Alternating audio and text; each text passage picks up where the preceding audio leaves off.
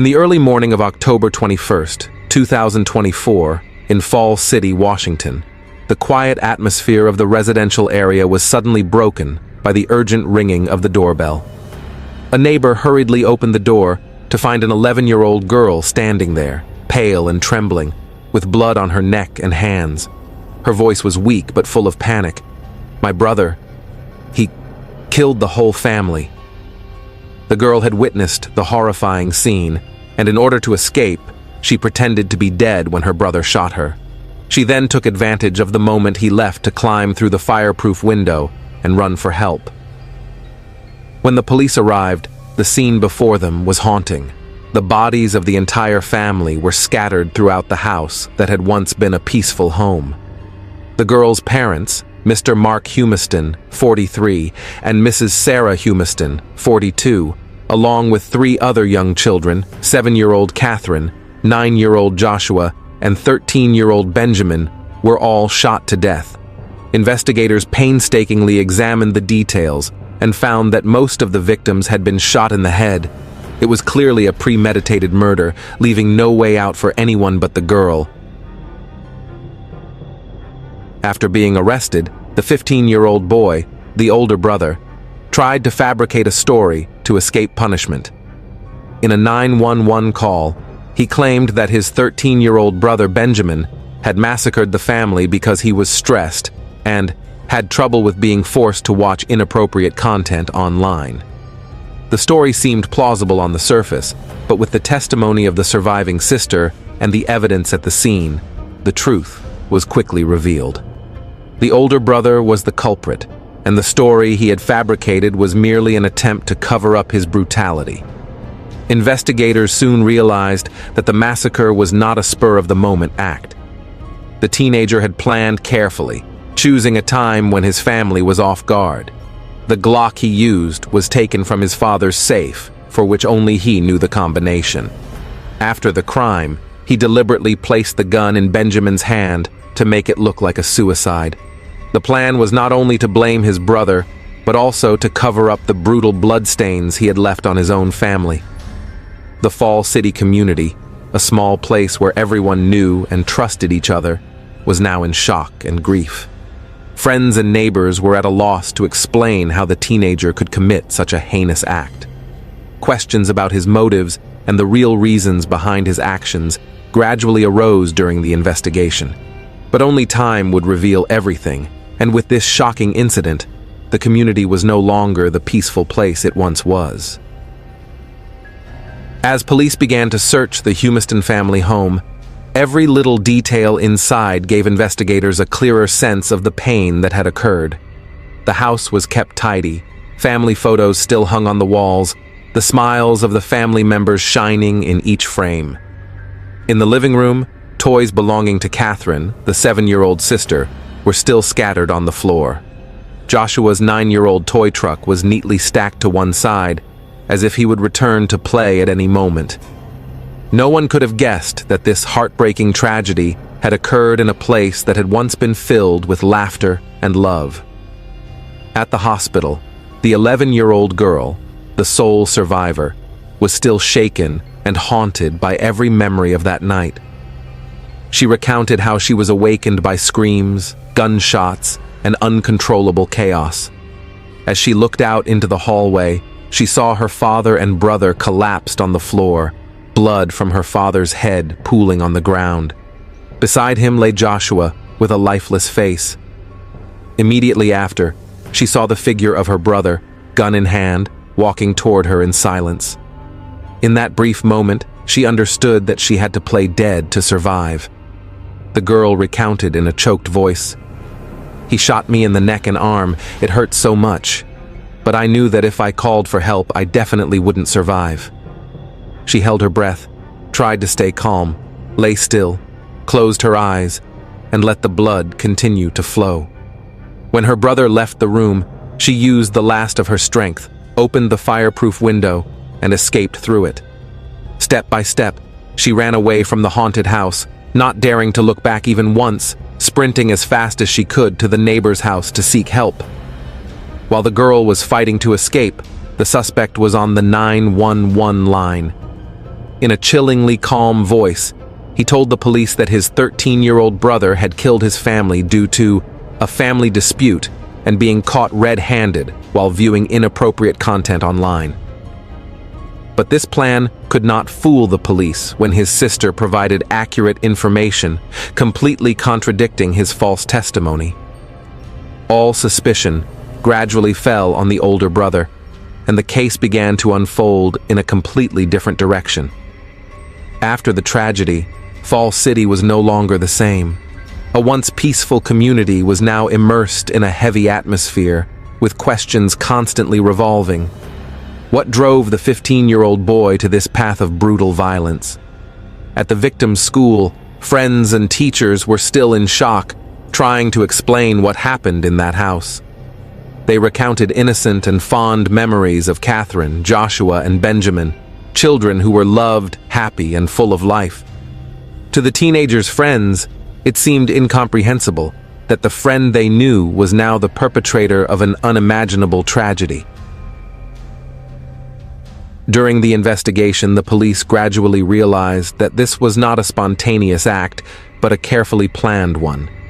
According to the testimony of the surviving sister, the Glock pistol used by the 15-year-old brother was kept by his father in a safe in the office, and only the teenager knew the code to open it.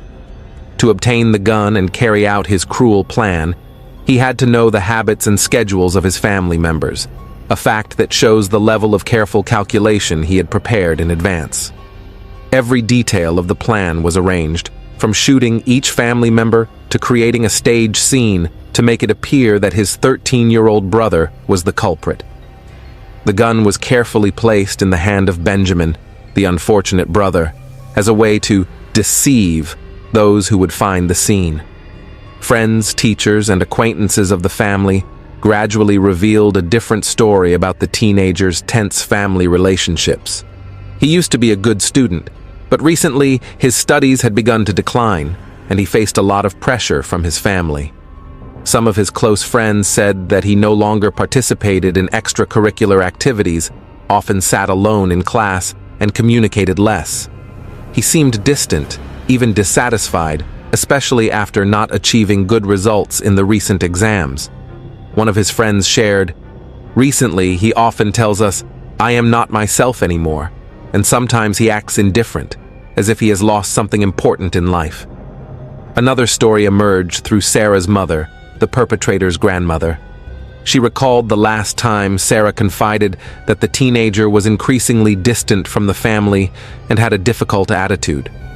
Sarah added that she always felt worried that her eldest son was beginning to change, but never expected that this feeling could lead to a tragedy. She had seen him glued to his computer screen for hours, but thought it was just a normal teenage habit. "I wish I had known him better and spent more time with him," the grandmother choked out. Maybe things would have been different if the Humistons had known their son better. At the hospital, the surviving girl provided police with more important information. She recalled that her parents were often stricter with her older brother, especially when comparing him to her younger brother Benjamin, a well-behaved, studious, and endearing boy. This unintentionally created cracks in the teenager's psyche, leaving him feeling undervalued. In his personal diary, police found angry and frustrated notes about his family's expectations, where he expressed feeling pressured to be a perfect person he did not want to be. The massacre has deeply haunted the Fall City community. A memorial service was held at the children's school, where classmates, teachers, family, and friends gathered to remember the victims. People shared small but warm memories of the Humiston family. Joshua's teacher remembered the last time he turned in his homework, writing about his dream of becoming a basketball player. Catherine's teacher choked up as she recalled how excited Catherine had been to play the lead role in an upcoming school play. These memories only deepened the sense of loss left by the tragedy. As the investigation progressed, the case quickly attracted the attention of the media and prosecutors, who asked the court to consider remanding the case to adult court, where the sentence would be more severe if the teenager were convicted. Opinions were divided. Some felt he should be held fully responsible, while others believed what he truly needed was psychological support. The upcoming hearing will determine whether he will face the sentence of an adult. For the community, justice must be served, yet everyone understands that this tragedy stems from something deeply painful and unthinkable. Falls City is no longer the peaceful place it once was. The community is burdened by the pain and a series of unanswered questions. Did the Humiston family overlook warning signs? Did the teenager suffer under too much pressure that no one noticed? These questions continue to haunt everyone, and in this small community, the Humiston family tragedy will forever remain a wound that may never heal. During the interrogation, the 15-year-old boy maintained a frighteningly cold demeanor. There was no sign of remorse or confusion on his face, only an emotionless gaze and an incomprehensible calmness. When asked about the reason for his actions, he answered briefly, revealing little emotion. Psychologists noted that he showed emotional detachment, a sign of a lack of empathy. This coldness made investigators wonder whether he truly understood the seriousness of his crime. In the 911 call immediately after the crime, the boy tried to fabricate a story that his 13-year-old brother had murdered their family. He attempted to make the story believable, claiming his brother had psychological issues because he was accused of viewing inappropriate content. This elaborate staging, combined with the placement of the gun in the younger boy's hand, showed that he had carefully planned to cover up his crime. However, his story was quickly exposed thanks to the testimony of his surviving sister, who bravely told the police everything. While the case remains under investigation, this incident has left a deep wound in the small community of Falls City. People who knew the Humiston family are shocked and saddened. The father, Mark, was a dedicated electrical engineer at Hargis Engineers, always loved by his colleagues for his cheerful, approachable, and helpful personality. The image of a model father like Mark is now only a beautiful memory, and the loss of his family has touched the hearts of many in the community. At school, the Humiston children's friends and teachers still cannot believe this heartbreaking reality. Several students who had been friends with the 15-year-old boy noted that he had recently become distant and irritable with others. A classmate once asked him how he was doing, but he only shook his head and said, "No one understands me." That seemingly innocuous remark has now become a painful reminder, an early sign of hidden conflicts that went unnoticed. Given the seriousness of the case, prosecutors have proposed moving the case to adult court, which would allow for a harsher sentence if he is convicted. Many in the community believe that this is the only way to achieve justice. However, the defense attorney argued that the boy needed psychological support rather than a harsh sentence. A hearing is scheduled for June 2025, with the participation of psychologists and witnesses to decide whether he will be tried as an adult. The media and public have been constantly discussing the real motive behind the case. Many theories have arisen, from academic pressure and family comparisons to feelings of isolation and lack of connection. Some believe that the Humiston family may have missed the warning signs. Some of the teenager's friends recalled that he had talked about wanting to get away from everything, but everyone thought it was just a passing remark. These small details, though not enough to prevent the tragedy, now make people reflect on the importance of care and understanding. The Humiston family case has become a haunting story for everyone in Falls City. While the investigation and legal process continue, the pain and lingering questions haunt those around them. The community has become more vigilant, with many parents now paying closer attention to unusual behaviors in their children, hoping to prevent similar tragedies in the future. Workshops and community education on mental health have begun to take place, reminding people that sometimes a little care can change someone's life. After the tragedy, the children's grandmother became the guardian of the 11-year-old survivor. During a heartfelt moment, she choked up as she shared her memories of the Humiston family. She remembered times when the whole family gathered for dinner, laughter echoing through the small house. Mark was always the one telling funny stories to make the children happy. Sarah, the children's mother, was a simple woman, always passionate about cooking, and every weekend she would try new cake recipes with her children. The survivor remembered every evening when the whole family cooked together, with soft music playing from the speaker in the kitchen. That small joy is now just a memory. The grandmother not only lost her son and daughter-in-law, but also has to accept that her grandson was the one who committed this crime. Every day for her is a struggle between longing and the faint hope that time might help heal. She tries to bring her granddaughter the little piece she has left, but the memories of that fateful night remain too vivid. Fall City, once a peaceful community, now seems immersed in heavy silence. Conversations that used to be lively in coffee shops or parks are now quieter, and smiles are rare. Memorials for the Humiston family at their school are held in an emotional atmosphere, where friends, teachers, and neighbors share stories about each family member. Catherine's teacher recalled, "She loved to draw, and she always drew pictures of the whole family holding hands." Her voice choked up, as if she could not continue in the face of such a great loss. The case has become a heartbreaking reminder of the importance of mental health, especially among teenagers. In the wake of the incident, many local organizations have coordinated workshops and community education on mental health.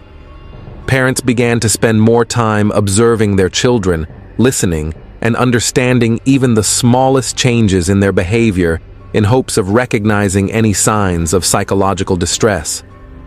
This tragic story also serves as a reminder of the importance of care and connection within families. Many people in the community shared that now they no longer take small conflicts for granted. They understand more about the value of a word of encouragement or a sincere show of concern for each other, because sometimes a small action can create a big change. For the close friends of the Humiston family, this story will forever be a painful lesson, though they still try to believe that this loss will not be in vain.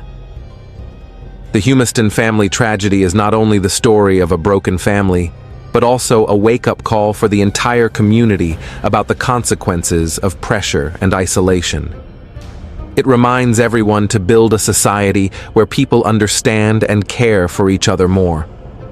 Fall City is now peaceful again, but everyone knows that in every street, every home, and every familiar face, there are wounds that are difficult to heal from the tragedy. Let's care and listen to each other, because sometimes a small action can save a life.